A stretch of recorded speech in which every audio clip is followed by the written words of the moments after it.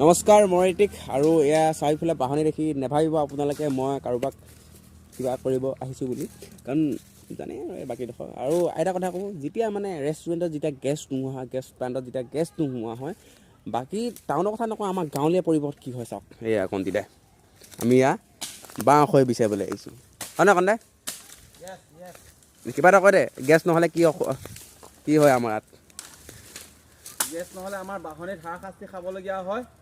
এয়া মালিকে আমাক খৰি কটাই আছে আৰু আমাৰ এতিয়া ইতিমধ্যে গছৰ ডাল কাটিবলৈ আমি ৰাজি হৈ ওলাই আহিছোঁ। ক'ত কেনেকৈ শুকান খৰি আছে সেইবোৰ বিচাৰিছোঁ। সেইটো উদাহৰণ দিবি আৰু ভিডিঅ'টো শ্বেয়াৰ কৰিব, লাইক কৰিব, কমেণ্ট কৰিব আৰু চেনেলটো যদি নতুনকৈ প্লিজ ছাবস্ক্ৰাইব কৰিব আৰু ইনজয়মেণ্ট।